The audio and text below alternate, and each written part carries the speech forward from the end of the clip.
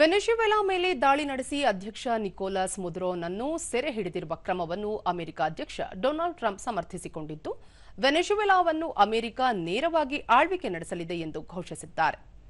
ನಿನ್ನೆ ಮಾರ್ಕ್ ಯಲಾಗೋ ಕ್ಲಬ್ನಲ್ಲಿ ಅವರು ಸುದ್ದಿಗಾರರೊಂದಿಗೆ ಮಾತನಾಡಿದರು. ಈ ವೇಳೆ ಅಮೆರಿಕದ ವಿದೇಶಾಂಗ ಕಾರ್ಯದರ್ಶಿ ಮಾರ್ಕ್ ರುಬಿಯೋ, ಯುದ್ಧ ಕಾರ್ಯದರ್ಶಿ ಪೀಟ್ ಹೆಗ್ಸೆತ್ ಹಾಗೂ ಅಮೆರಿಕದ ಜನರಲ್ ಡಾನ್ ಕೇನ್ ಉಪಸ್ಥಿತರಿದ್ದರು. ಬಳಿಕ ಟ್ರಂಪ್ ವೆನೆಜುವೆಲಾದಲ್ಲಿ ಪರಿಸ್ಥಿತಿ ಸಂಪೂರ್ಣ ಸುಧಾರಿಸಿರುವವರೆಗೂ ಅಮೆರಿಕ ಮುನ್ನಡೆಸಲಿದೆ, ಅದರಲ್ಲಿನ ಬೃಹತ್ ತೈಲ ನಿಕ್ಷೇಪಗಳನ್ನು ಬಳಕೆ ಮಾಡಿಕೊಳ್ಳಲಿದೆ. ಇದಕ್ಕಾಗಿ ಅಮೆರಿಕದ ಕ್ಯಾಬಿನೆಟ್ ಅಧಿಕಾರಿಗಳನ್ನು ನಿಯೋಜಿಸಲಾಗುತ್ತದೆ. ಅಗತ್ಯವಾದಲ್ಲಿ ವೆನೆಜುವೆಲಾದ ವಿವಿಧ ಸ್ಥಳಗಳಲ್ಲಿ ಅಮೆರಿಕ ಸೇನೆಯನ್ನು ನಿಯೋಜನೆ ಮಾಡಲಾಗುವುದು ಎಂದು ಹೇಳಿದರು.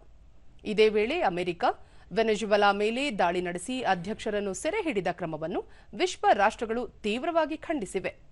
China, Russia, Colombia, Brazil, Cuba ಸೇರಿದಂತೆ ಹಲವು ರಾಷ್ಟ್ರಗಳು ಪ್ರತಿಕ್ರಿಯಿಸಿದ್ದು, ಮತ್ತೊಂದು ಸಾರ್ವಭೌಮ ದೇಶದ ದಾಳಿ ನಡೆಸಿರುವ ಅಮೆರಿಕದ ನಡೆ ಖಂಡನೀಯ.